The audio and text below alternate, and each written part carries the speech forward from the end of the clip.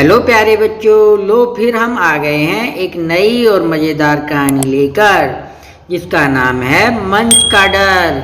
मंच जानते हो ना, स्टेज पे जाने से हम सभी शुरू में घबराते हैं। आप भी घबराते होंगे, लेकिन जब ये डर निकल जाता है तो फिर बहुत मज़ा आता है।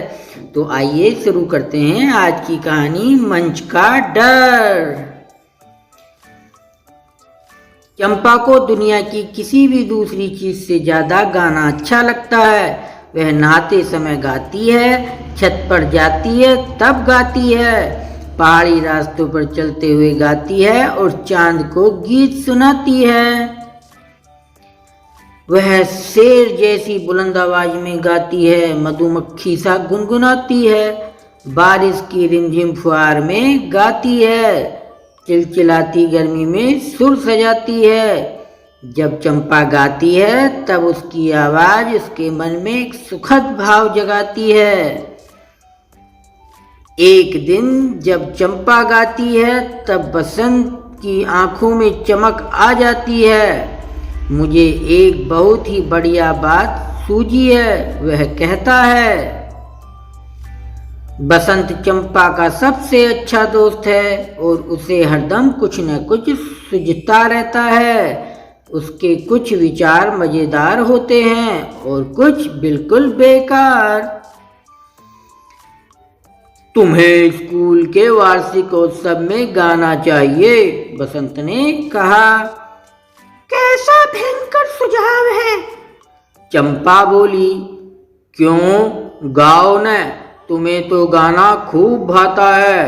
चंपा ने बसंत को नहीं बताया था कि वह सिर्फ एक ही बार मंच पर चढ़ी है और तब डर के मारे वह बेहोश होते होते बची थी।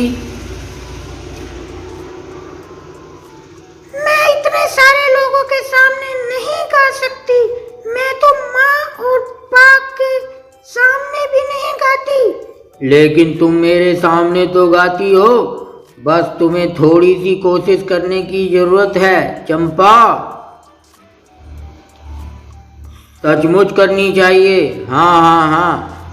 और अगर माही और पारस ने मेरा मजाक उड़ाया? अगर वह मजाक उड़ाएंगे तो वह खुद बेवकूफ कहलाएंगे। तुम तो एक शानदार गायक हो। भीड़ के सामने गाने की बात सोचने भर से चंपा के मन में हलचल होने लगती। एक तरफ उसका मन खुशी से फूला न समाता और दूसरी तरफ उसका दिल घबराता, पर उसे तो गाने से बेहद लगाव है। आखिरकार वह गाने की ठान लेती है। चंपा जी तोड़ मेहनत करके गाने का अभ्यास करती है। नींद से जागती है तो धीमे धीमे गुनगुनाती है। गुणा भाग करते समय भी सुर सजाती है। बकरी को चराने ले जाते समय भी आवाज में उतार चढ़ाव का रियाज करती है। मुंह से आलाप लगाती है, नाक से पुट से तान सजाती है, गाते गाते उलट पुलट हो जाती है। घर वाले चंपा के मंच पर गाने को लेकर बड़े खुश हैं। वह उसे सुझाव देते हैं, गाने से पहले लंबी और गहरी सांस लो, सुनने वाले के सामने मुस्कुराहट बिखेरती रहो, जैसी हो वैसी रहो, बनावटी नहीं। मिर्च जलाकर नजर उतारो, दही पेड़ा या 12 अंगूर के दाने खाकर भाग्य सवारो। कार्यक्रम से एक दिन पहले चंपा खास रियाज करती है। रियाज बड़ा ही सफल साबित होता है। आखिर आ ही जाता है वार्षिकोत्सव का दिन। चंपा वह स्वेटर पहनती है जो उसके दादाजी ने उस कार्यक्रम के लिए खास तौर पर बुना है। जब उसकी बारी आती है तब जैसे उसकी जवान लड़खड़ाने लगती है। मंच बहुत विशाल लगने लगता है। बिजली की रोशनी से आंखें चौंधिया जाती हैं। सुनने वालों की भीड़ का डर सताता है। चंपा के गले में बोल नहीं फूटते और ठंडी हथेलियों से पसीना छूट जाता है। सुनने वालों को देखकर मुस्कुराना उसे याद रहता है, लेकिन जब गाना शुरू करना चाहती है तब आवाज़ फुसफुसाहट में बदल जाती है। ऐसा लगता है जैसे उसकी आवाज ही कोई निकल गया हो।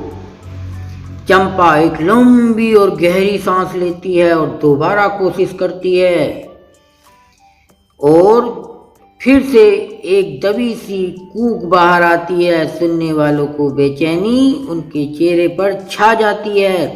चंपा का दिल जोर जोर से धड़कने लगता है, धक धक धक धक, और सिर चकराने लगता है।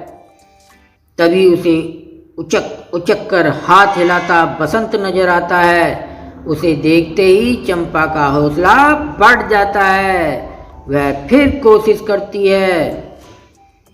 तभी उस होठों से गीत के बोल फूटते हैं। धीरे धीरे पहले आवाज कपकपाती है, फिर कुछ ठीक हो जाती है, फिर संगीत की धारा बह निकलती है। चंपा के गले से मधुर, सुरीली और दमदार। अब मंच के बड़ा होने से फर्क नहीं पड़ता, न तेज रोशनी सताती है और न ही सुनने वालों की भारी भीड़ का डर रह जाता है। चंपा सुर छेड़ देती है खुले गले से बेधड़क, और इसी के साथ उसके मन में भर जाता है दुनिया का सबसे खूबसूरत एहसास। तो आज की कहानी खत्म थी न मज़ेदार? तो इसको लाइक और शेयर करना न भूलें। फिर मिलते हैं एक नई कहानी लेकर, तब तक के लिए नमस्कार।